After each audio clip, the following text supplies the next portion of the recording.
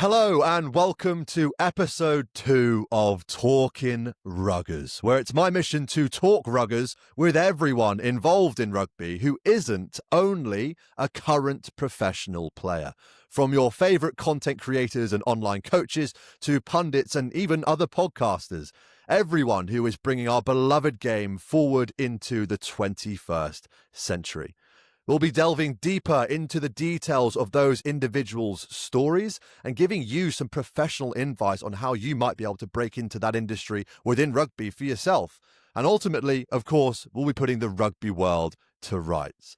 And today, we'll be talking ruggers with the founder of the oldest rugby competition in history. Nope, we haven't travelled back in time to speak with William Webb Ellis. Although this trophy does date back to the first ever game of international rugby, it's only been discovered in recent years. That's right, this week we are talking ruggers with the man behind rugby's Lineal world titles, the men's Rayburn Shield and the women's Utrecht Shield, Dave Algie. We discuss the origins of the shields, what it takes to upkeep them from a business point of view, and how they might be able to solve all of World Rugby's problems to increase emotional investment in the game, but crucially, without adding any playing time to an already busy season of professional rugby. This is a really interesting conversation that I cannot wait to dive straight into. But before we do that, if you do enjoy the episode, please go drop a like on it or rate it 5 stars on whatever podcast platform you're listening on. But without any further ado, let's get straight into the episode. I hope you enjoy. So Dave, what are the Rayburn and Utrecht Shield for those of us who may not already know who you are and what you do? We've all played winner stays on, right? Like you beat somebody, you take the prize off them. And international rugby, well, it'd be a hell of a lot of fun if we had a winner stays on prize in international rugby. And that's all they are. So if I go back to 1871, the first men's rugby international was at Rayburn Place in Edinburgh, and Scotland smashed them. And they became your kind of initial champ. And then whoever beat them took it off them. And that was England in 1872. And the same in the women's game, right? You go to the city of Utrecht, where the Netherlands played France in 1982. France beat them, and they become your champ. And I can track through the data who held each of those men's and women's lineal world titles. And I call them a lineal world title rather than winner stays on. It's just slightly shorter for this simple Kiwi boy. And then you can go to today. And so as of today, I think there were up to 214 different holders for the men's one and 38 for the women. And you just imagine, it's not official, so nobody knew about it for many, many decades and centuries in the men's game. But how much fun could we have looking at that and thinking who's going to steal it off you, who gets to take it? I just think that'd be fun. Yeah, lineal world title sounds a little bit more professional than winner stays on, but the principle still applies. And I absolutely love it. I can't name a competition where there've been that many different holders or winners in that case. So it's, really giving everyone a fair shot, because that is what King of the Castle's all about, isn't it? Everyone's got a chance to get all the way to the top. And it just comes down to one game. It really, increases the stakes of those games. And you mentioned it being winner stays on mentality, almost like the back schoolyard. And as much as I'd love to delve straight into the details of the Rayburn Shield and the Utrecht Shield as well, I'd like to know a little bit more about you first, Dave, your story, who you are, for those of us who may not already know. So take me all the way back to the start. And I don't just mean the start of the Shields, I mean your start in rugby. What was your first ever experience? Oh, I think my first experience was probably watching my older brother playing on a pitch in Timaru in New Zealand. And he was playing, and my brother, I love him, but he was scrawny, right? He was a winger. He wasn't very strong. I do love him. But I just thinking this boy's going to get broken. And he didn't play rugby for years and years. And he was a winger, and I subsequently became a tight head prop. So we had different paths, very different paths. And how young was that? When was you first playing the game? Was it like a 5 years old? Because I know New Zealand, it's bread and butter back there. Yeah, I mean, so do you know what? This is a confession. When I was really young, I had to play soccer. I had to play football because my mother wouldn't let me play rugby. So I would have been 5, 6, 7, 8, having to play football, and I was bloody awful. Like I was real bad. Like I just, they stick that kid in defence because they're like, well, at least we can hide him from the ball most of the time. And I didn't love it because I wanted to play rugby. I was like, that stuff looks like fun. And it came to a point where I was just like, okay, Mum, this isn't okay. Like I don't want to play this game. I want to play that game. And she gave in, and I got to play. And then it was really through school. and so I was able to progressively play. And we moved to Dunedin in New Zealand, which is really, kind of where most of my rugby was played for me. And then I played through the kind of school setup. So I was as I got into secondary, I was at Logan Park High School there. And look, we were not the school that was going to compete with the big boys schools locally, the Otago boys or the Kings. We're more of an art school, but we had our team and we did all right, and I enjoyed it. And they needed a big lad up front, and I was happy to fulfill the role. I mean, you must have been one of the only people turning up to soccer practice in New Zealand. I'm surprised to hear that. I can't imagine many people taking that path over rugby over there, but now it kind of You know makes what? sense. There is a bit of football. Yeah, there is a bit, but it was one of those things where I was like, well, yeah, I mean, I want to play a sport, so I'll play. But mum, this ain't the one I want. Like, so she was protective. But then I had issues with her throughout my rugby career. I remember once I was playing a school game and I couldn't lift. So I was a front lift and I just took a stinger. You take a stinger Yeah. sometimes in the shoulder and I couldn't lift anymore. But equally, I could still do everything else. And I'll be honest, our bench wasn't flashed that day. So I wasn't prepared to come off. But she basically got in the ear of my coach deep and just went over and berated him until I got pulled off. And I remember coming off that day and finding out what happened. Because I was like, why the hell am I coming off? Like, I know I can't lift, but we can get another brother to do that. I can play. And I was like, Mum, you're not allowed to come anymore, and completely banned her from coming to watch my games anymore. I'm not having a mother hen getting in the coach's ear while I'm trying to play this game. Assistant coach mum getting in the way. I know my mum awfully worries about me as well. I'm sure that's the same across most of the listeners as well. Parents who are, well, some of them are overly a bit pushy, but some of them are also pulling back to stop their kids from getting hurt. And yeah, it kind of makes sense to me now, why your career in football might not have lasted all too long, being a tight head prop. I'm surprised I didn't stick you in net and just try and get you to fill the goal. I don't know that it would have been any better. It just definitely was not the game for me. And Well, that's subsequently been proved to me living in the UK, because everyone here can play football and I'll go down the park and I'll be like, this is just embarrassing. yeah, having a kick around in the park is the done thing over in the UK. And before we get on to your journey transitioning over to playing overseas and moving over to the UK, you mentioned your coach there. Is there anyone else, particularly through your rugby upbringing, that really brought the game to life for you? Yeah, I mean, I think, and this is probably a common story, right? Like my dad, he loved rugby. We watched rugby. Like I have those formative. So like playing South Africa as a Kiwi, like it's a meaningful thing. But like I also just have those anchor memories, right? Of like the old man picking me up out of my bed when I was a kid at like 3 a.m, and he'd be like, "Mate, I'll sort you out a hot chocolate, and we're going to watch the game." And you just form those kind of loves of those kind of bonds and the things that it means and what it comes through. So the old man taking me along and taking me to Carisbrook allowed me that kind of chance to see it and love it and experience it. And it was the game, but it was also, afterwards at Carisbrook, you'd go down to, God, I forget the name of it, but there's this big old park where they used to set up these kind of tent cities, and he'd be having a few beverages with his mates, and some of my uncles, and I'd be rolling around with a couple of mates. It's just great, right? You're like, this is the place for me. And on the pitch, I mean, there was coaches that came through. One of the things that did strike me was I remember there was a couple of Harbour boys that came and coached us. So Harbour, like rugby club in Dunedin, and the one that stuck with me was just so much bigger and stronger than us, right? Because we were still secondary school boys. And I remember somebody trying to break through a line, and one of the boys just reached out with one hand and grabbed his foot and just pulled and just completely upended one of our bigger boys, one of our boys who we thought was pretty strong. And it was a moment we went, yeah, there probably is a difference between a like strong, fully grown, and it gave you that kind of the physicality that's required, the work that you have to do to be able to be strong enough to do that. Because I remember seeing just going, oh my God, I can't remember their names, but their impact remains, right? Because they were part of forming that love of the game. Oh, indeed. 100%. Yeah, sounds like a long day at the office, that, to come up against some people who are a bit bigger and stronger. And I remember, well, my probably under 13s team, I played for a team in the UK called Ellingham and Ringwood. And it seemed like everyone who'd had a growth spurt over the previous 2 years all came to the same club. And we were that big, strong team. And well, my fondest rugby memory is going down to Maidenhead, going to Butlins and winning some trophy back in 2014 with those lads. And on that theme, is there any particular memory that sticks out for you in that journey growing up through rugby, whether it was winning a trophy or just having a good social with some people? Yeah, I mean, do you know what? I remember there was an Australian team came to play us as a school, and so haka is important back home, and our school had our own haka, and it was one of those things where you're like, well, this is an international, and we got to perform our own haka and play against them, and heck, I can't remember much about the details of the game, but actually that kind of build up and that thing of like, hey, we're representing here, and the whole process around it just felt bigger than anything we'd done.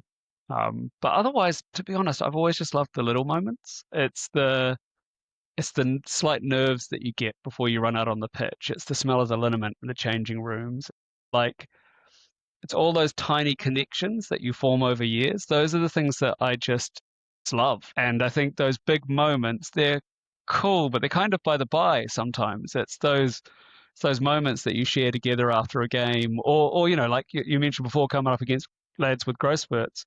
You want to try being in New Zealand as a tight head prop coming up against a kid with Polynesian ancestry, because I tell you, they grow earlier than we do.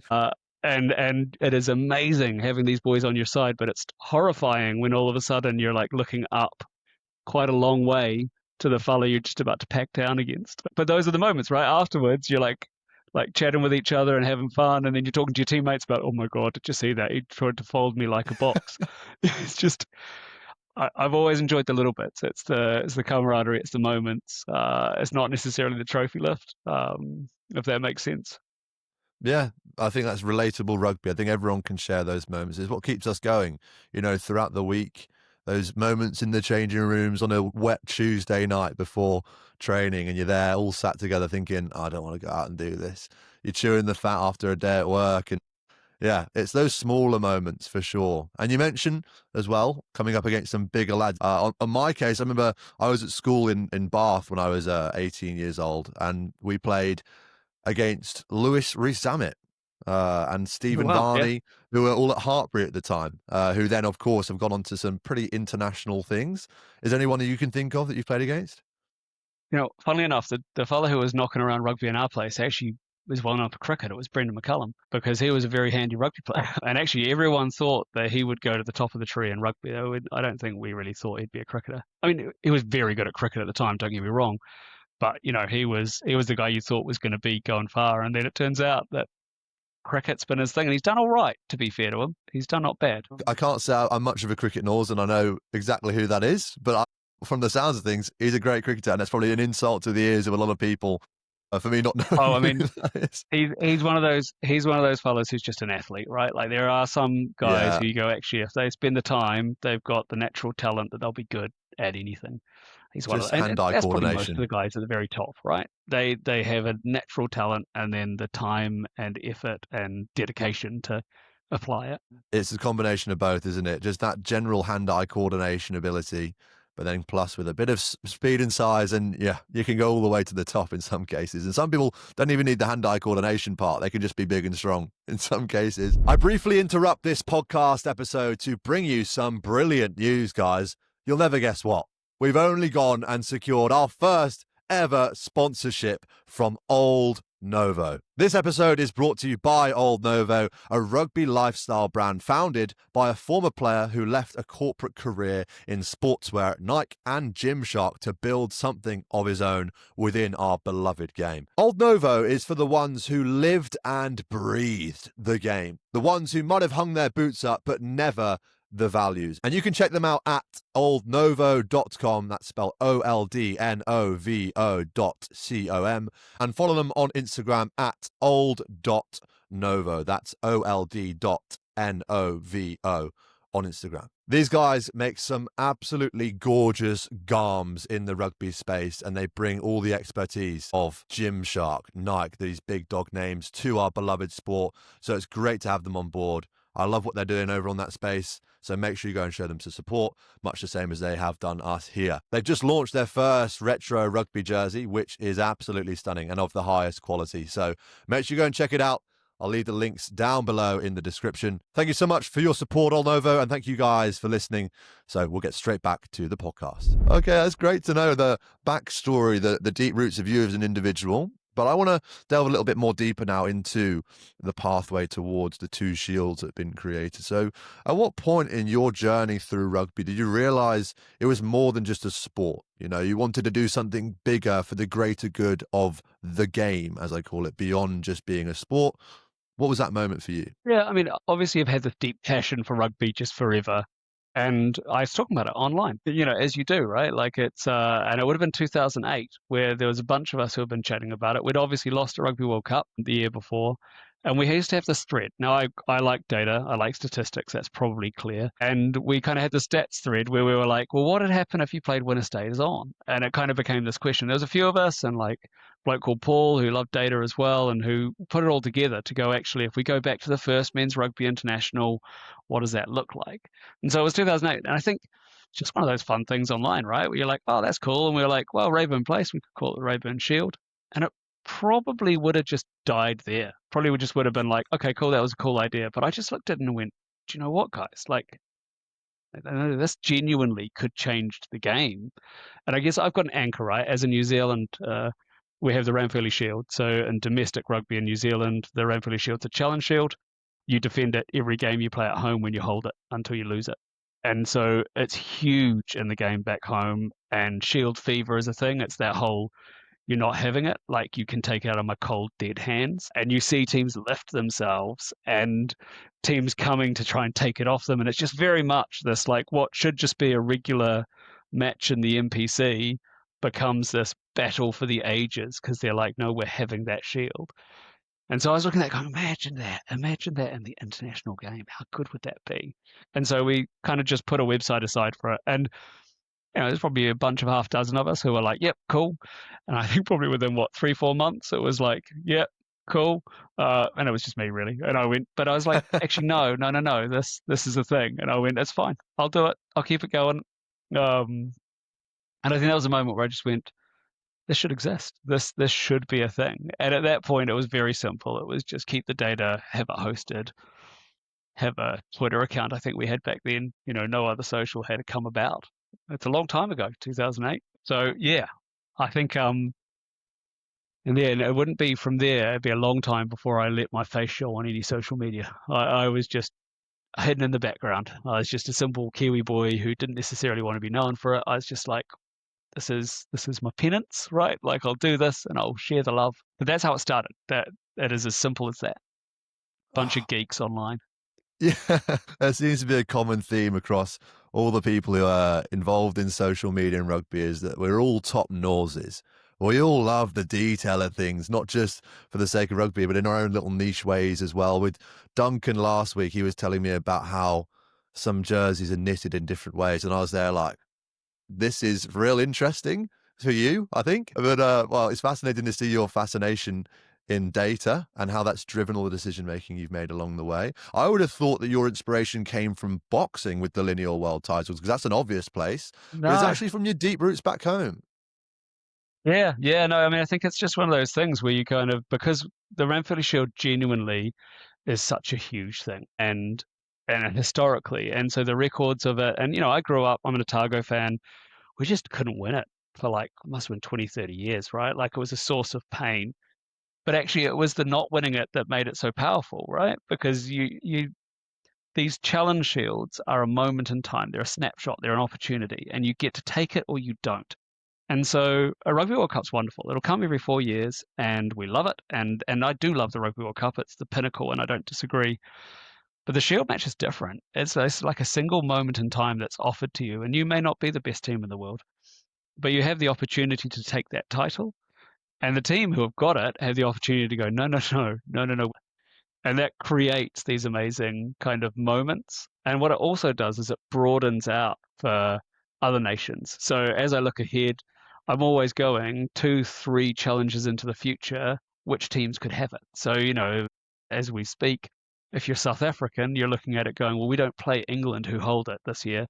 But we know that if they lose it to New Zealand and New Zealand loses it to Wales, then South Africa get a shot in it the last game of the season. And so you get all these different permutations where it's like, how do I make that happen? And that's fun. Literally, it just creates conversation. It adds something. I don't think it takes away anything other than probably the peace of mind for some coaches and players as they have a new stress to have to deal with. But that stress, Yes, that there's that. pressure, it creates talking moments. And that's exactly what rugby needs. You know, we have all these creators, we have all these people, much like you and myself, who are going through the rugby space. And that's who I'm trying to talk to on this podcast, is everyone involved in rugby who's not a current player professionally. And Mhm. this is exactly that. It's creating those moments in the media that get people excited, who get them to games that typically, potentially, no one else might turn up to.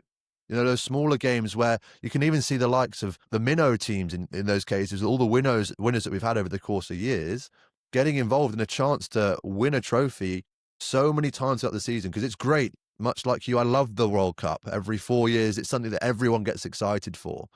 But it's once every 4 years. And you hear the likes of Eddie Jones, for example, only ever talking about building towards a World Cup. We're building towards the World Cup. Even after the last one's just finished, even potentially, arguably, at the last World Cup, he was still building towards the next World Cup. He wasn't even trying to win the current one, which is another bit of controversy. But this brings excitement, not only to potentially those World Cup games. Imagine a World Cup final where the shields are on the line as well. So they've actually been on the line in every single World Cup final we've ever had. And so as we speak, we're in the week leading up to the Rugby World Cup 25 final. So it'll be on the line. The Utrecht shield goes in with England. And every single one so far, it's made it to the final. And what I actually love about that is I think of that once you've got both as you're the undisputed world champs. So, you know, if you hold the World Cup, then you're world champs. Whilst you still have the Lineal world title as well, you stay undisputed. So you get to keep the World Cup for 4 years, but you have to defend the Lineal the whole time. And so when you're a new Rugby World Cup holder, and we always have this thing, right, where it's like, well, it doesn't matter, we've got the Rugby World Cup, sales for 4 years, and that's cool. But actually, it then becomes, well, how long can you stay undisputed? Because you'll only be undisputed whilst you still have the Lineal title as well. And the first team to beat you, they'll take it off you. And so South Africa, for instance, in the last, they won it in 23 and they were undisputed for a period of time. And then Ireland came to town. And that two-match series where Ireland toured South Africa, well, for those who were following along the Rayburn Shield, there was an extra bit of spice there because they knew that in that second match, they were taking the Lineal title away when they won it. And, you know, that meant that they had a reason to kind of keep fighting for it. And there's no boring series if the Shield's involved because the third match, even if one team's 2-1 up, well, each individual match, the Shield's on the line. So if you win the third, it's yours. It doesn't matter what happened before, you know. Yeah, it's fascinating how there's already evidence of the excitement for this. Like I said, you can see it in boxing. You know, I don't tune into any other fights than the world title ones. You know, there's the ones who are getting the big press conferences, get everyone talking, get everyone excited, and the pay-per-view speaks for itself in that sense. And especially for you back home with your inspiration to start this in the first place, there is that clear evidence for how this would be something big time. What's been the challenges for you in terms of growing this and getting it, because it is unofficial as of right now? What have you come up against? What are the pushback you've been having? So for the first probably 10, 15 years almost, which is a wild amount of time, probably myself, right? Like I kept the data up to date. I would put the odd post out. You know, the 2015 Rugby World Cup, I turned up to games and I gave out leaflets and stuff like that. And actually it was amazing. People gave me tickets to go in for free because I like, I got a spare. You love the game. I think I went to like 8 matches. My wife kept getting like, what the hell's going on, Dave? You said you were going down for a couple of hours and now you're in the stadium. So I think probably I was the problem for a long time because I kept it going and that was fine, right? Like we built enough. But actually, you know, it's been more recent that I realized I always knew that I needed to put a face to it and I needed to tell the story better. It was just that I was uncomfortable putting my own self forward. And so the moment that I kind of accepted that, you know, if I were to go back to January of 23, like that recently, the Instagram account for the Rayburn Shield was 500 people. And it was like February that I went, oh, I've just got to film the videos. I know everything on my head. I know all the details. I can tell you South Africa won it in 1937 and didn't lose the Rayburn Shield till 1953. It's just in my head. I know it. So I can tell those stories. And that has made a huge difference. We're up over 14,000 followers now. And that's pretty humble numbers by some people's standards, but it's still a pretty big bit of growth. And we've probably got across all the different channels 10 to 15 million views this year. And that's pretty good going, you know, for something that I can give about 10 minutes a day. So um, I think that's the thing. That's probably the biggest challenge is coming through. And then I guess there's also the official side, right? So I have spoken to a few key stakeholders, name them, uh, because I don't have great things to say about them. And essentially, they kind of looked at it and went, "This is brilliant. This would be so good for fans and so good for players. It puts more on the line. It creates interaction. It's really positive." But they were looking at it going, "But I can't personally take enough money out of this." And they were honest with me about it, so I'll credit them that. But they were like, I think one of them, he's quite a big UK figure, still is actually. And he was really clear. He was like, "Look, mate, I reckon I could probably take six figures out of this. And and that's all right, but it's not really the big money that I'd want to be working with. So I wish you luck, and I think this is great for the game. So I hope you get traction, but it's not one for me to get involved with." And you know what? I walked away from that conversation just going, "I don't think I want you involved, mate." And those conversations have changed the way I approach it. I no longer want World Rugby. They're not my focus. I couldn't care less about them because I don't need them. They do not need to put on any games to make the Lineal World titles happen. The games are happening anyway. They don't need to recognize it for the shields to exist. The data exists anyway. So if I can build the fan base big enough, strong enough so that people are talking about it, well, they're already real. So I couldn't give a shit about World Rugby. They will come to me as we build this big enough. And that's the switch that I've made, is that I'm no longer, I don't care. People tag in World Rugby and it's really sweet because they're trying to help, but I don't care. Like as in bluntly, I'd rather they tagged in a mate than World Rugby. Tagging in a mate's much more meaningful to me than tagging in World Rugby because I am doing this for fans and lovers of rugby. I'm not doing it for those bureaucrats who don't give a shit about you and me. Anyway, sorry, rant over. The passion is obvious, and it's a rugby revolution in that sense. The higher powers clearly, not on board in the right way. And I want to jump back to what you said about being the face of this brand, because it's something that I've gone through my own journey with Level Up. I always want it to be objective, unbiased information. It's not to do with me and my opinion on how you should goal kick or pass a ball. It's just information. Anyone could say it. I'm just happen to be the person who brings that information to you. It's just in my head, and the easiest way to get it out of there is by talking to a camera. But you see the likes of Liquid Death, for example. I'm not sure if you had that canned water before, a pretty niche reference. That's niche. But the point I'm making is that the owners of that business have now grown as media personalities themselves. It was never their intention to be associated, just to be a face of the brand. But sometimes in the modern world, you need to have brand personality, brand anthropomorphism, to use a technical terminology, where you bring a person into the brand and really pushes it. And that brings me on to the fact that you seem to be the right person for the job. Hence why you've carried the torch for so long, because you have not only that passion, but also your head in the right place. You're here to grow the game. That is the top of the list. That is the entire list. You're not looking to profit off the back of this. It's just about actually bringing more to the game to help grow it and push it forward into the right direction. And you're right. If we can have a rugby revolution, if we can get crowds of people who are talking about this before the game, if they go to a autumn international game and the conversation, the buzz around the ground is like, "Oh, Rayburn Shields on the line today," and all of a sudden, bing, bing, bing, the conversations pass themselves around. There's no other way. Like, it doesn't matter about any accreditation. People know what's going on. And that's why I love having you on the pod, Davis, because you're bringing it to life, mate. It's you. You're the person who's giving this energy. Let me give you a real life example, because I've just come off the weekend of the Rugby World Cup semi-finals for the women's game.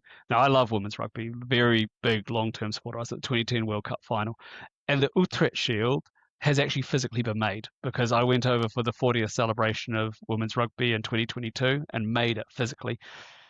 And I've been taking it with me to Rugby World Cup games.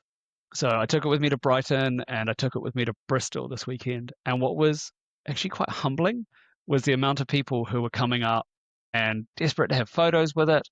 And the bit that I've had to adjust to is that I like hand them the shield and then I sort of step away because I'm like, well, you want to have a photo with the shield. And they're always like, "Come here." They're like, "We want a photo with you." And it's quite humbling, right? Because you're like, I have become part of the story and I've had to kind of accept that. And I did a better job, I think, this weekend of embracing that and just being like, "Yeah, I'll jump in, mate. Like, let's do this." But that's the thing. And then I'm pretty cheeky, right? I managed to get it inside the bowl for the England versus France game this weekend. I wasn't supposed to take it through security, but I had an 11-year-old with me who he was very happy to hold it by his side and suddenly take it through security. And so we got it in there and we built, we got ourselves in there. We were watching the game. The shield was on the line and it was in the stadium. And that's me, right? I'm like, I'm not going to play by their rules anymore because I know I'm doing it for the right reasons. And so I'll just keep doing it. Another fascinating example that jumps to mind for me from this is it's a baseball team over in the US. Another super niche reference for you, but that's the life of social media. Everyone's got an account nowadays, but they're called the Savannah Bananas, or bananas in our I like language. them. Yeah, they're brilliant. Yeah, if you haven't already seen them, go check them out. I mean, you might have already seen them. They've got almost 4 million followers on social media, and they're changing the game over there. It's almost like the Harlem Globetrotters of baseball. And I'm not pretending that I know anything about the sport, but the bloke behind it is now, he is again become the person. It's not that he cares about being in the spotlight, but his head's in the right place. He has the passion, and he talks all the time about how he could charge more for tickets. He should charge more for tickets because in reality, they get sold on the second place market and those prices are heavily inflated for people. So there's clearly the demand for it. He doesn't sell out for sponsorship. He keeps the head in the right place, focusing on the passion for the sport. And he just has coincided now with a mass following of people who love him as a person. So no doubt that people are wanting you in the photos as well, because you are the figurehead of this. And you're the one who's been doing it for the last 10 years. If anything, you deserve to be in those photos because you've been carrying this torch for a while now. And it's fascinating to see the difficulties that you've come up against. But I know you, Dave. I know you're probably a little bit better than some people do already. So I want to give them that insight that I have. So talk me through who you are on a professional level nowadays, because I know that you're a very busy bloke and this isn't the only thing that you're busy with. So talk me through what a day looks like for you. Yeah, I mean, I'm a father of three, and I've got a very busy, real full-time job. So I work as a product marketing manager. I lead our product marketing function for a legal professional services kind of organization, and it's busy. Like just taking today as an example, I was up at 6 with the kids. I was out at 7 with the dog. I filmed, I think, 2 or 3 TikToks so that I had some content going out. That took me about 20 minutes to walk the dogs, film them, write it up as I was walking. Then I was back in the house, get the kids ready for school, get them all dropped off, and then it's work, right? I've got work through, and then, in the evening we stop, walk the dog again, get the kids fed, get them to bed, and then honestly, by the time the house was tidied up and we were done, it was 10 to 10, and we were meeting at 10 to chat. And that's pretty representative of the day. So people ask me if this is my job or something. I'm like, I'm sorry, it's not. I generally manage about 10 to 15 minutes a day where I can focus on the shields, but it's being persistent and being really consistent with it. Now, that said, my brain can't help but constantly think about them and the storylines and the things that are going on and all the rest. So I will always be working on them. And if you've seen graphics that have come out of me, they've probably been done on my phone whilst I'm lying beside a child falling asleep, or less pleasantly taking a dump. It's just that's the spots, right? You take the time that you can get. Very little is done on a laptop because simply I don't get time to sit at a laptop. And so I know that other people are really good about scripting videos they do. Most of mine, if they get a second take, they're lucky. Generally, it's a one take wonder, and we go, was there a howler in there? Have I said anything inappropriate? No. All right, fine. Let's. Yeah, So yeah, that's me. that is the unknown side of this in the rugby space.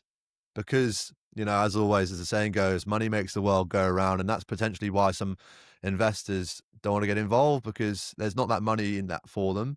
But that's what drives, it's not that extrinsic external reward of financial remuneration. It's all about just giving back to the game, seeing the excitement on people's faces and building something bigger than yourself for something bigger than Yeah. yourself, growing the game, as we say. And that's something that I think a lot of people don't realize, is that a lot of us in this space, unless you're potentially on YouTube, that's where it pays the most. TikTok pays all right a little bit, but even still, you're not a social media person. It's just that's a means of promoting. You started off by giving flyers out at games. That's one form of promotion. Slightly more costly than social media as well to print them all, but also Yeah. limited reach potentially. But good on you for trying that first and foremost. But social media, it's free. It has unlimited reach to potentially almost everyone in the world of a demographic Yeah. that's going to be helping move the game forward. So that's the avenue you've got to attack these things through nowadays. But yeah, it's fascinating to shed a light on some of the things that people don't realize are really difficult about what you do, not only on a day-to-day basis, but is there anything else that jumps out to you that people don't actually realize is actually quite difficult, potentially around tracking the stats maybe? Yeah, so I mean, in the men's game, it's a lot better nowadays because actually there's an amazing site, Pick and Go, and a bloke called Kev who integrate it into his data set because it's just an algorithm, right? It's actually pretty simple, but you need somebody to do that. So that's been amazing. On the women's side, I still manually track it through an Excel sheet, and so I still have this horrifying Excel sheet where it all sits. But I use things like Flourish and data visualizations to build things out. What I struggle with is player stats because, like my dream, right, is to be able to like I've tried to make player profile cards because you take a Rocky Clark, for instance, she's like the most capped England woman of all time. Well, I can't find a list of all of her games anywhere because I want to cross-reference them against my list of all the Utrecht Shield matches and be able to go, Rocky held the Shield this number of times, and what was her win percentage rate and what was the rest? Because, I mean, anybody who could see on video, then, I've already created country cards. So, if this is on video and you've got all the stats for England as it runs through. And that was just something where I was like, trading cards are fun, right? So I've got versions of trading cards for the French men, for the English women, and it's just being able to do more of that would be fun. But I can never do everything I want to do, and so that's the reality. And we talk about the sponsorship side of it. That's a really interesting one because I actually think the sponsorship potential of the Shields is wild.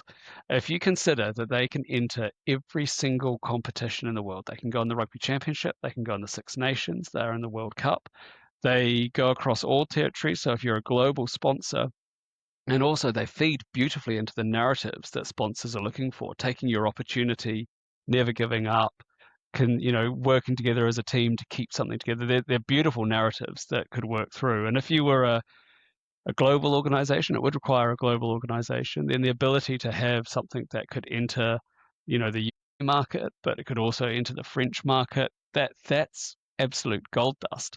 And so I always think that World Rugby are insane because they should have been knocking down my door years ago, going, yeah, we only own one tournament right now. We'd like a second, and so I think they're missing out. And I think their social team would love it as well, right? Because the narratives that could work through. But as I say, I'm not interested in them anymore. We're building this for us, and they can come chat when they're ready. And I have turned people down, by the way, who have kind of gone either they want to buy into it, or they want to give some money and take some form of ownership. Because I have set it up as a company, because that keeps any money that I use for it separate from myself personally. And I would love one day for this to be my job, to be able to run the administration side of it and to tell the stories, really tell the stories, and kind of follow that across and tell those stories across the globe. But for me, it's about making sure that the heart of it stays true to what it should be, which is creating a narrative thread through our game. And sorry, I'm going off a little bit here, but on Saturday, I was at the Rugby World Cup semi and I met Viviane Barodia. And she was there in this busy stadium, and nobody knew who she was. But I know who she is. She was the fullback for France in 1982, and the first ever women's rugby international. And so I was able to wander up to Viviane and be like, Viviane, how are you? I had the shield with me, so I got it in her hands. And she was the first ever woman or the first team to hold it. Now, I met her in 2022, so I did know her already. But the fact that we were at this Women's Rugby World Cup, there's 25,000 people there, nobody knew who Viviane was. But I could connect her through that shield, through all the women in between, through the great black ferns of the 2000s, through Maggie Alfonsi, who would have held it in like 2010, through to Ali Kildun on the day, who's the 15, same as Viviane was in 1982. That thread, that narrative thread of the shield and the kind of winner stays on, connects them through. The power of that could be so huge when embraced. And that's my mission. Those are the stories. That's what I want to tell. But coming back to the sponsorship, imagine that story, right? And imagine that you're a sponsor attached to that narrative thread. Imagine the opportunities, the stories you can tell, the history you can tap into. It's all there. It's just waiting to be told. It's the lore in the background that's existed throughout rugby history, unbeknownst to anyone else. It's as if some like tablet was written in the stone a long time ago and it's slowly been updated in the shadows behind the scenes that no one's really realized, and all of a sudden it's been shone into the light, and here you are carrying the torch. And I suppose you have had sponsors It'd be a lie to say you don't, because that is how people can get involved, right? Yeah, so I mean, there is. So we allow people to get their name engraved on the back of the Yeah. shields. And so I've had people ask if they can put company names. I'm like, no, sorry, this is people only. And it's a mixture of people. So there's some people who have helped the cause. So for instance, the Utrecht shield is physically made. A fantastic bloke called Freddie Main made that, who's got oak and black. They're a carpenter. He's like carpentry up in Edinburgh, coached lots of women's rugby teams over the year. So he's on the back. But there's also people who went, hey mate, I love what you're doing. And through our website, they can pay £300 and we engrave them onto the back of the shield. And that £300 goes directly into the shield accounts. It doesn't go to me. It just goes to furthering the cause. So it'll pay for wood, it'll pay for the different administration of the websites, all that kind of stuff. And the reality is that right now, I don't quite have enough to finish the Rayburn shield. It's surprisingly expensive for the right form of wood to transport it, all that kind of thing. My dream right now, we're speaking, kind of September, is that I can order that wood, get it to Freddie, and have it made before the 1st of November, because England will be defending the Rayburn Shield at Twickenham that day against Australia. And walking around outside that stadium with the shield would be pretty cool. Now, it'd be just the shield wood, and then I put stickers on it. So that's what I've done with the Utrecht shield, because my wife is very understanding, but she was not $7,000 understanding, which was the quote that I got for the metal on the Utrecht shield. She's like, cool, Dave, maybe not. And I was like, that's fair, love. That's fine.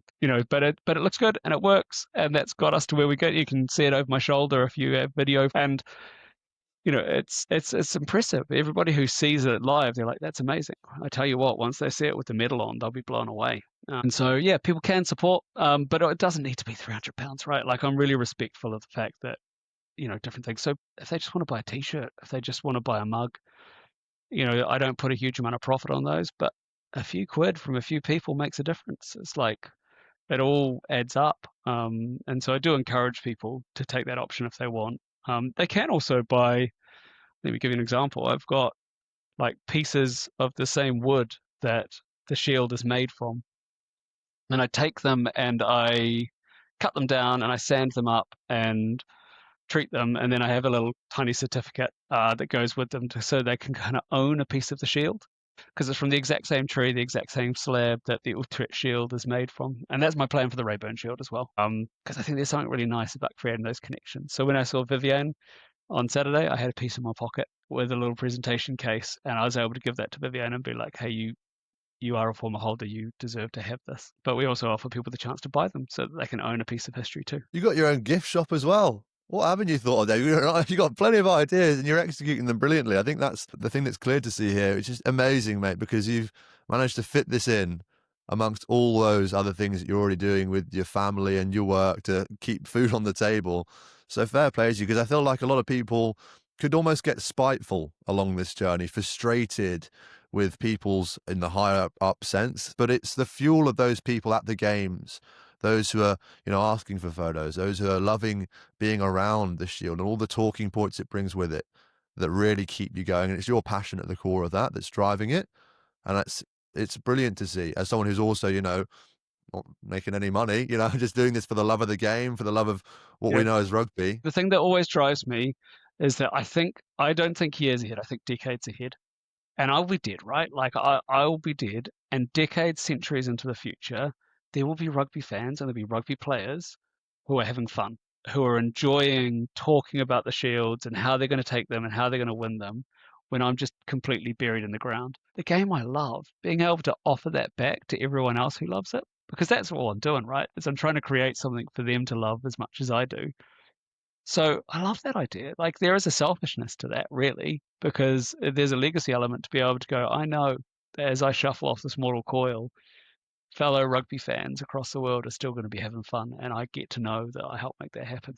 Shit, man, I love that. Speechless, mate. That's not what you want for a podcast, is for me to, run out of things to say, but that's brilliant.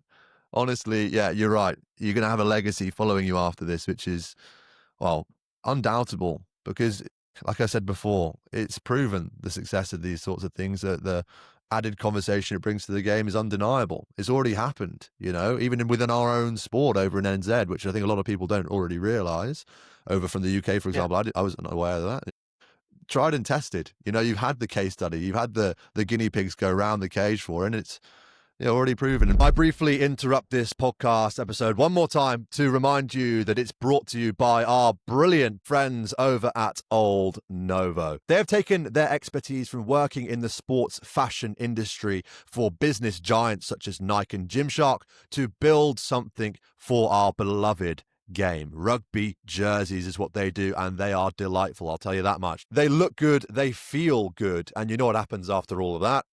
You play good. So make sure you go and check them out at old.novo on Instagram. That's old.novo on Instagram, or you can check out their website at oldnovo.com. Thank you so much for your support. Thank you guys for listening. Let's get straight back to the episode. All right, Dave. So before we put the rugby world to rights in the final section of our podcast, I'd love to delve into a little bit more detail around some of your favorite games along the journey of both the Shields. You mentioned all these stories that have been told through the pathway of how it's passed hands across teams and players. But in those moments, what has been your favorite game for both the Rayburn and the Utrecht Shield? Yeah, so probably one I'd pick out that happened before we even realised the Shield existed was the split in 2000 between Australia and New Zealand. Remarkable game, and I occasionally go back and look at the highlights just because. Oh, it's beautiful. There's a wraparound try where Jonah was involved that was just, I couldn't stand up straight for a couple of minutes after, it's beautiful. But the Shield was on the line. It would have been on the line. And so I love that. And then you can also come forward and I just love seeing Romania. Again, I was 3 years old, but 1984, Romania were the Lineal world champions of international rugby. Scotland went over there. They were the Grand Slam champions of the Five Nations that year. They held the Rayburn Shield. They went over to Bucharest, and Romania tipped them up, and they took the Lineal world title. And there's really cool stories behind it because at the time, the dictator who was in charge basically loved rugby. And so a load of the people who worked within the civil services, the bodyguards, the fire service, the police, were actually employed essentially to train and to be able to play rugby. So they were quite a good side in the mid 80s. And there's these amazing narratives that exist within it. And then more recently for me, it's been a real treat to be able to watch the Red Roses, the English women, and what they've been doing with just the way they're playing, right? So I'm a New Zealander living in England, and I hate to say it, but I really like the Red Roses. They're a phenomenal side. They're amazing players, but they're brilliant humans as well. And the way they interact with the fans and the way that they hold themselves is fantastic. And so seeing them kind of carry that forward, and a number of them having held the Shield and having interacted, and they do know what it is, well, that's quite magic. That's a treat for me. Yeah, but both past and present in that sense. And who doesn't love the Red Roses? The personalities there creating off the field, but still backing it up on the field as well, is the direction that sport's heading, generally speaking. You can see the interest of women as a whole, especially amongst that younger demographic who they're really targeting from a marketing point of view, really getting involved in the game. And it's bringing such a positive atmosphere to these rugby matches, which is brilliant to see. Which is a separate note we could go into a whole tangent on, to be honest, because who doesn't love the Women's World Cup, which is almost at a close as we're recording this. The World Cup final coming up between Canada and England. Who's winning it? I mean, I'm still trying not to cry about the Black Ferns getting demolished, but I think England. Do you know what? I was thinking about this earlier today. As a New Zealander, the All Blacks were such a good side for so long and couldn't win the World Cup. And I fear for the Red Roses and for England fans that they could get a taste of what we had for so many years. And my empathy is deep because it was not fun. But that thing of being clearly such an elite team, being really at the top, but not quite getting it right, Canada are looking really strong. But if I had to put my own money down, I would put it on England. But it's going to be tight. I will be there in the stands, so I'll enjoy it either way. Well, by the time this podcast comes out, I think the results already come through. So one way or another, congratulations to either of the teams. It's going to be a great game. Two teams who are actually playing some brilliant rugby. And I'm almost embarrassed to say that with a sense of surprise in my voice, because as I've watched women's rugby over the past 4 years in that World Cup cycle, it's just got genuinely, from an academic point of view, because we're both passionate people for rugby, we can both get carried away with, oh yeah, it's great, all aboard the hype train. But in reality, if you take the emotion out of it, they're actually playing genuinely brilliant rugby. You look at the Canadian team, Even in their red zone execution, we saw them picking and going at a rate of knots. They were flying around the corner and then just simply catch, pass into the corner. And that's not against an unprofessional team from Uruguay.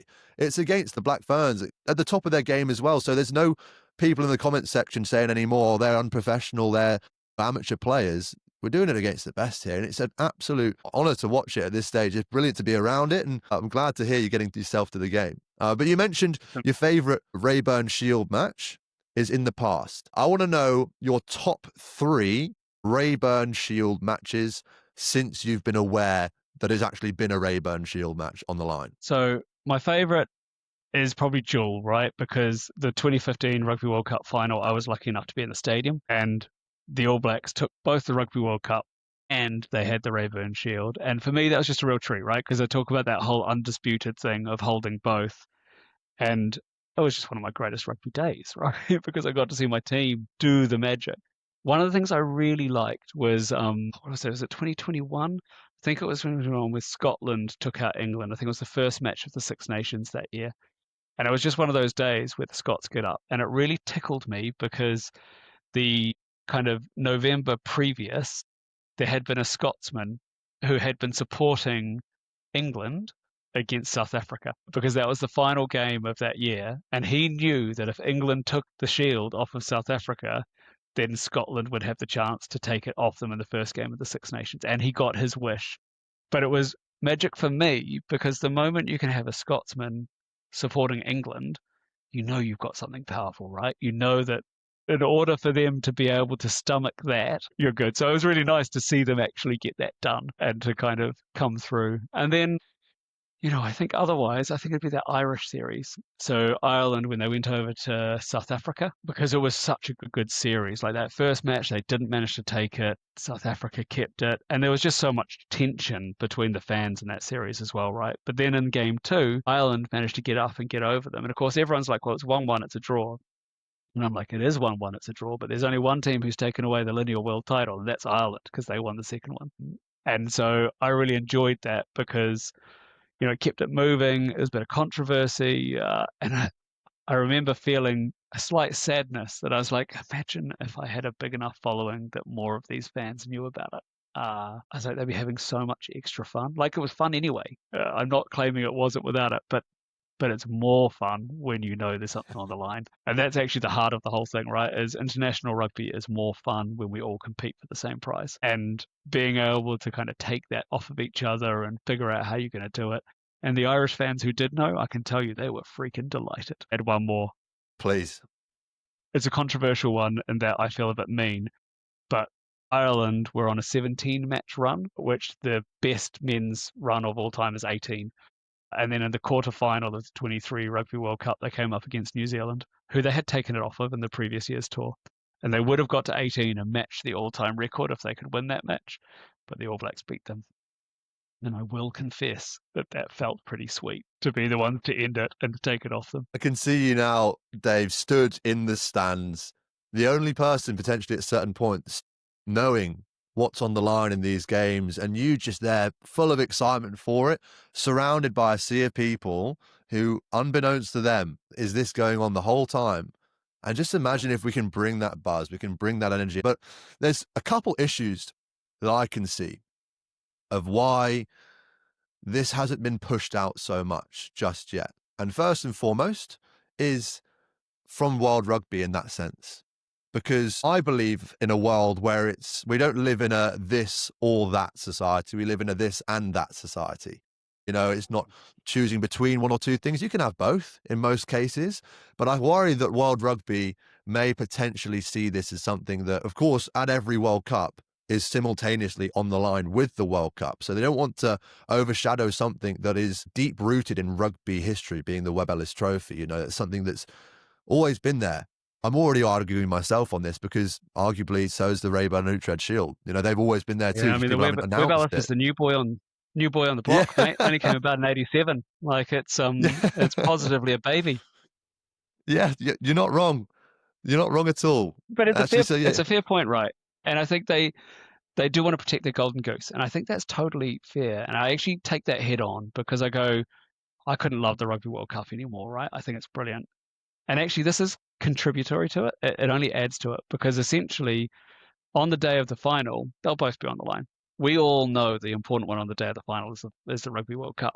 But all the way through the tournament, you've had a different thread that's come through. Now, in the women's tournament this year, England brought it through, and we sort of just knew they would hold it all the way through. But if I take you back to other men's rugby tournaments, well, actually, that shield is passing its way to different teams as it makes its way to the final. And so it adds another thread of interest right the way through.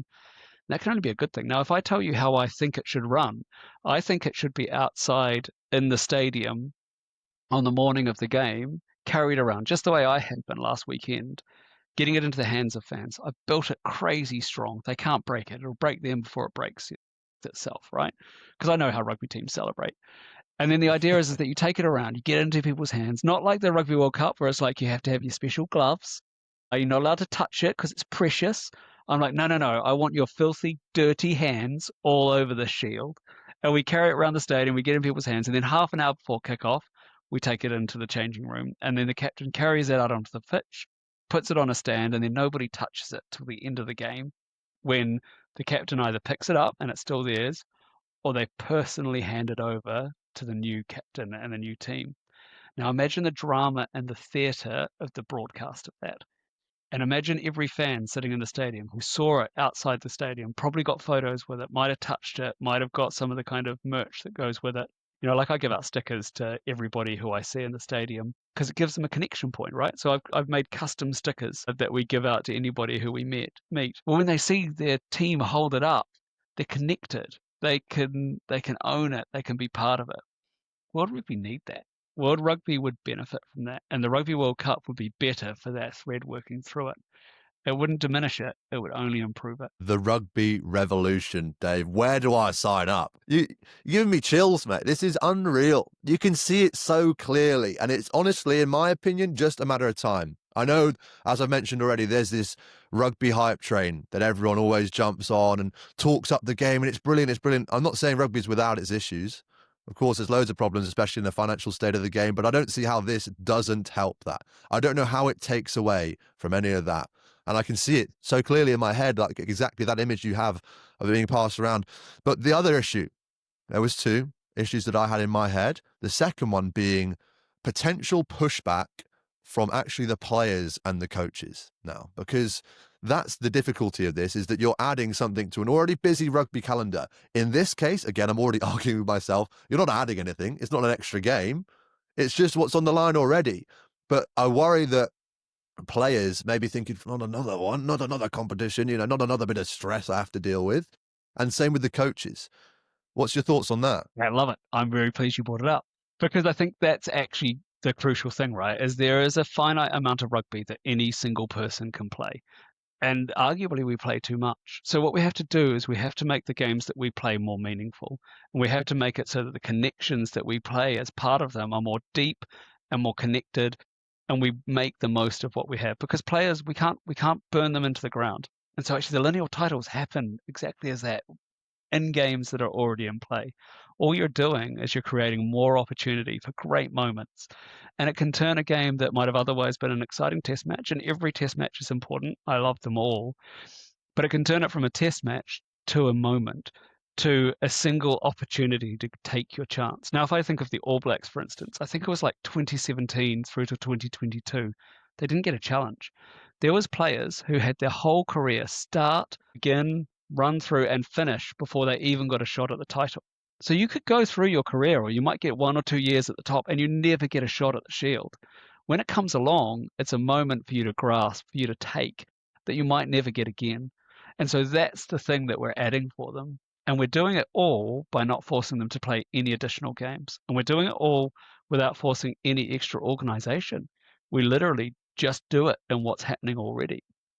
And so I think from that perspective, actually, we're turning what's already a good product into a great product. And I always hesitate to say product, right? Because it's just the game we love. But what we're doing is we're creating more drama. And I think for players, that's epic, right? It's another chance for them to say, I took my moment. And if they're not sure, I'll send them over to New Zealand, where Otago just won the Ranfurly Shield, and show them the scenes of what that team are feeling right now, because that team are over the moon. And they could have that too. And I think that ties back into the financial side of this as well in some ways, because there's obviously financial reward for winning in certain competitions and certain tournaments. But I think at the core of this isn't money, it's people. It's the passion for the game that keeps this alive. As we've discussed throughout this entire podcast episode, it's literally not the money keeping it alive. It is literally the passion for the game and the people who are bringing this to life. And that pressure that those games bring is what it's all about. We're not in the sporting business. We're in the entertainment business. That's what people seem to confuse. It's like gladiator games back in the day. It's not a sport, it's entertainment. That's what people want to turn up and see. Of course, I have a different appreciation to someone else because I understand the game and I can see it and I love watching the analysis and that catch pass was really, those detailed kind of things. That's the sport. And that's what I find entertaining. But the majority of people are entertained by the big occasions. I don't understand anything about MMA or boxing, but the world title fights I'll watch because I know that there's so much hype, so much on the line, so much going on at all times. And that brings certain elements to games that otherwise may potentially not have anything really going for them. We see those dead rubber matches, especially in the Premiership towards the end of the season where there's no jeopardy with relegation. In that case, this brings something. There's no relegation in the Six Nations. The worst you get is the wooden spoon. But that wooden spoon team may have the potential in the last game of the Six Nations to win something, other than the wooden spoon, of course. So it just brings so many of these, and I feel like the list could go on and on and on of all these different moments that could be brought to life through these two shields. But I've got a fascinating question I'd love to know the answer to, because we mentioned right at the start of the podcast how many different winners of these moments in time that there have been. Who has been the team that is, in your humble opinion, most likely to have won it that hasn't potentially won it? Which I feel like everyone, by the sounds of things, have had their hand on it at some point. And who's the least likely team? We mentioned Romania at one point, but who else has been a team that you think they haven't won anything? Not even a Six Nations title, We've got good examples on both sides. So in the men's game on the Rayburn Shield, we've got Italy, who have never held it, and they've got the most challenges. I think, now this off the top of my head, I think it was 32 challenges they've had, and they've never managed to win it. And, you think one time, right? They might come up against Wales having a bad day, but they only haven't recent managed times. Yeah. And we know Romania have won it, but also Samoa held it in 1999. So, for instance, you got Wales who were on their best ever run. So they went 8 matches with it in 1999. And then during that Rugby World Cup, they lost to Samoa and that ended that 8-match run. And I don't think we've really covered it, but part of the Shields is how long can you keep them for? That's part of the challenge as well. It's winning, it's one thing. Then how long can you retain it for? But Samoa, yeah, they took it off of Wales. And again, only one match, but for one match, they were the Lineal champs of the world. And when you switch over to the women's game, well, actually, the Netherlands surprises most people, and they were in that first ever women's rugby international. And they lost that first game in 1982, but they were also the first team to successfully challenge for it because in 1986 they took it off of France. And then you've got Scotland, who have never managed to win it. So the Scottish women have never managed to take the Utrecht Shield. And I always look at that and go, I just thought at some point they might have managed it. Until recently, Canada had never held it, which was always a surprise because actually Canada have traditionally been quite a strong women's rugby side. But it was only in 2024 where they took it off the Wallaroos and held it for 4 matches. And then it was WXV last year where they lost it to England. So they were, up until recently, they were the one which I would always hold up and go, it's insane that Canada haven't. But now they have. And maybe they will again. People will know by now whether they won the Rugby World Cup and the Utrecht Shield. Yeah, gives everyone a chance. And I suppose that's what rugby's all about as well. If we're trying to tie it all the way back to rugby roots, as always, it gives everyone an equal opportunity to really have some passion around the game, give them a chance to win something. Because winning a Rugby World Cup is, as most people know, pretty tough going. You've got to win so many games to get through the groups. And it's only once every 4 years that you get that opportunity. But this is something that is carried throughout the season, throughout the rugby calendar, throughout history, looking back and forwards, which is so exciting. I think the other thing I really like, we mentioned before about kind of the money side of it and things like that. And it probably doesn't surprise you by now, I've thought of most things, or I should say obsessed over most things. And I don't want there to be prize money for it.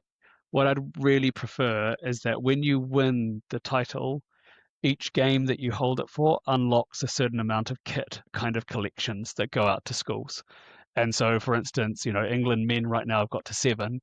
Let's say there's 10 kits every time they win it, and there's 70 schools who get fully branded Lineal world title kind of kit with like tackle pads, balls, everything they need to run community setups, and then have that matched with a tier 2 nation school getting the same kit.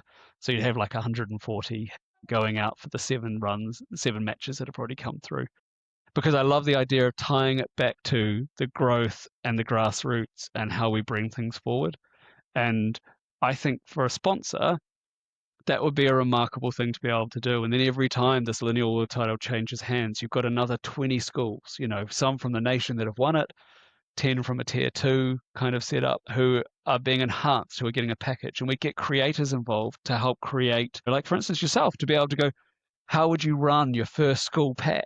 Like we've given you this kit set, let's give you 10 lessons that you can now run.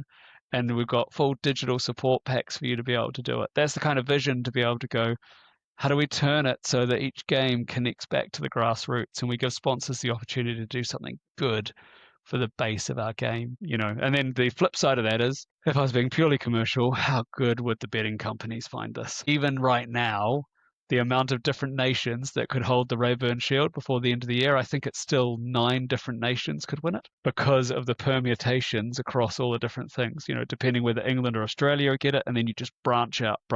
And so all of a sudden you look at betting companies and you go, well, they'd probably find this to be something they'd love to get tied up with. Now, I've never approached them because I'm a little bit uncomfortable with betting. I don't do it myself. And it's not a place I want to go. But when I'm being open about the fact that they would love it anyway, whether I like them or not. So, yeah. 2 sides of the coin. Grassroots, what I want to do. Betting companies, probably lots of money. Yeah. I mean, you got the vision, you got the passion, and you're clearly executing along the way. And I'm glad to hear we've covered off like what you want to do with this influence that you've got. Is there anything else that you're really wanting to push on with these 2 shields that you can think of? Yeah, I mean, I think for me, it is just about creating something good for rugby fans and rugby players. I want to create connections.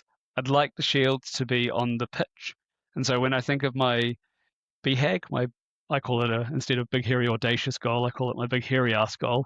And that is to have the shields in the stadiums, in fans' hands, and then on the pitch and in the changing rooms. That's it.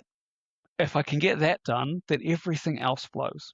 Because, if you get that happening and you get it in the things, then, look, the support, the money, all the rest of it to make it function, that's actually the easy bit.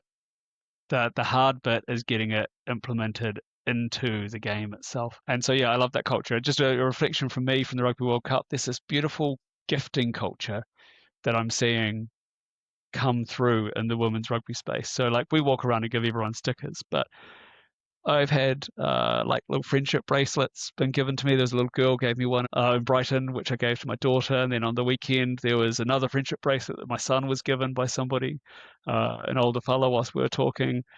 I got pin badges. And I think it's that kind of culture that I love to see come through. And I think the titles can be part of that. That's the direction I want to take them, where we are creating connections between fans, players, everyone else. Because if I'm going to put the time and effort into it, it needs to be something I love. And that's what I love. Hear, hear. Dave, I'm with you, mate. I'm on the bandwagon. I can't wait to see where it goes because it feels like this is just a matter of time. It is just a matter of slowly exposing more and more people to these 2 competitions because it's undeniable, the growth of this, in my opinion. And you've thought of everything by the sounds of things, from giving away pieces of the shield to signing sponsors on the back, creating the designs, the deep roots of the origins of their names coming from the 2 original fixtures. Everything, tracking the stats along the way. Where can people see these stats, by the way? What's the best way for people to help out and get involved? Yeah, I mean, Rayburn and UtrechtShields.com is the kind of hub where everything comes through. And that can then kind of direct you out to different places. The truth is that if you Google Rayburn Shield, we'll come up because we're the ones who did it, right? So there's a Wikipedia for it. So that sometimes outranks us. But I say us, me. I have to be honest. I'm really bad at like presenting it like there's a team, and people are like, "Oh, who have you got working on it?" I'm like, "No, it's literally just me lying on my back beside a child who's going to sleep." So yeah, Raeburn and Church Shields, and that kind of has most of the links through to it. I wish I had more time. There's so many stories I'd like to tell through that. I'm trying to get up photos of previous holders of the Utrecht Shield with it. Hopefully, if I can get the Rayburn Shield made, that'll unlock so much, because the difference I've seen from having a physical shield that I can turn up with, it's wild. And I know that when I can do that in the men's game, that'll make a really big difference. So my biggest goal right now is, how do I make that happen? Because I know that once I've got it there, then I will show up, and I'm annoyingly persistent. That's my superpower. Like, I may lack talent in many things, but I will get up and I will go again every single time. I know that's my superpower, so I embrace it. Thank you so much, Dave. Honestly, it's been a privilege and a pleasure to talk to you today, and to feel your passion throughout the conversation. I can see this going places, like I've said already, and I can't wait to get involved. Honestly, sign me up as social media intern for the Rayburn Shield. I don't want any money, I don't want to get paid. Just get me involved, because this is brilliant, man. I'm so glad to hear how it's going for you. Just to finish off then, the final question I always ask everyone is linking into the next episode. Who's someone in the rugby space right now who you feel might be able to help out the Rayburn and Utrecht Shield? Who would you love to hear from on the Talking Ruggers podcast? So I think there's quite a few people who are really there's somebody like Chloe, who's like the rugby voice, who's doing really cool things over in the UK here, working in the Rugby World Cup with the women's rugby space. Alan Ferguson's doing amazing things over in New Zealand. Somebody who you feel like you know because you've watched so many of their videos, but we've never met. This weird parasocial relationship. Frankie, the rugby girl, she does amazing things. I always look at, and I always think, the rugby guy, right? He does humor, and he brings concepts to life. And I always think, how cool would it be? And actually, he followed one of the accounts a while back, and I was like, yeah, this is nice. And I was like, he's probably just clicked a button right while scrolling, but still, that's nice. But I always look at it, and what I like about what he does is he brings humor to it. So you see his response videos after different teams have lost or all that kind of thing, and I always think, God, I'd love to have people like him chatting about it and riling up those whole kind of like options of who could hold it and how it could come through, because I think his humor would work so well with it. So I guess the rugby guy. Jared Harris is the name I know him by, and he's a great bloke. So I shall do my best to try and make some connections, as always. Get him on the pod, get him with the shields in hand at the next big occasion. And what would that be for you, Dave? What's coming up? What do you need shouting out? How can people help out? What's next? You know what? Because I just want to build a fan following, I think I mentioned it earlier, people will like tag in World Rugby. I don't actually care about World Rugby. Tag in your mate, follow the social channels, tell somebody about it, talk about it down the rugby club rooms. Like, that's the stuff that genuinely means to me. And actually, people report back to me to conversations they've heard. Somebody told me a while ago, they're like, I was playing golf, and the round coming through behind me were chatting about the Rayburn Shield, and they direct messaged me to tell me they'd heard it. I love it, because that's what we're trying to build, is connections, stories, all the rest. So if you can follow any of the social media accounts, that genuinely makes a difference. And if you can tag in mates, if you can talk about it, because what I'm trying to build is knowledge, and we'll get far enough with knowledge that it just becomes part of the reality. In fact, a reflection point is often people go, I didn't realize it wasn't real. They're like, I thought this was some old kind of thing that I just hadn't heard of yet. And so that's probably my fault, is that sometimes I present it as real and they don't realize they need their help. I suppose it's a bit of both. It has always existed, but it also hasn't always existed, which is a bit of Exactly. a paradox in its own sense. But brilliant. Finally then, what's the next game coming up? So in the women's game, the Rugby World Cup final, and even I admit that the Rugby World Cup might be the bigger prize that day rather than the Utrecht Shield. Otherwise, on the Rayburn Shield side, we've got a bit of time. It's the 1st of November. England will be defending against Australia. And actually, they're going to be going for their 8th match in a row as holders. So they're on 7 right now. The last time they were at this was 2003. So they haven't had a run this long since that 2003 Rugby World Cup winning team. So for England, because I always say the best teams don't always hold the Shield, but the best teams hold it for the longest. And so if England can extend this run, that's a really great indicator, right? They went to Argentina. I genuinely thought they were going to lose the Shield to Argentina and it would be in the Rugby Championship, but they didn't. They kept it going. So the next match, England-Australia. Brilliant stuff, Dave. We've got through so much there. Thank you so much for coming on. I really do appreciate your time. Thank you guys at home for listening. I hope you have the same amount of passion that we both do for the game. And you probably do, because you've been listening to Talking Ruggers. I've been your host, OJ. Thank you so much, Dave, for coming on. I'll catch you in the next one.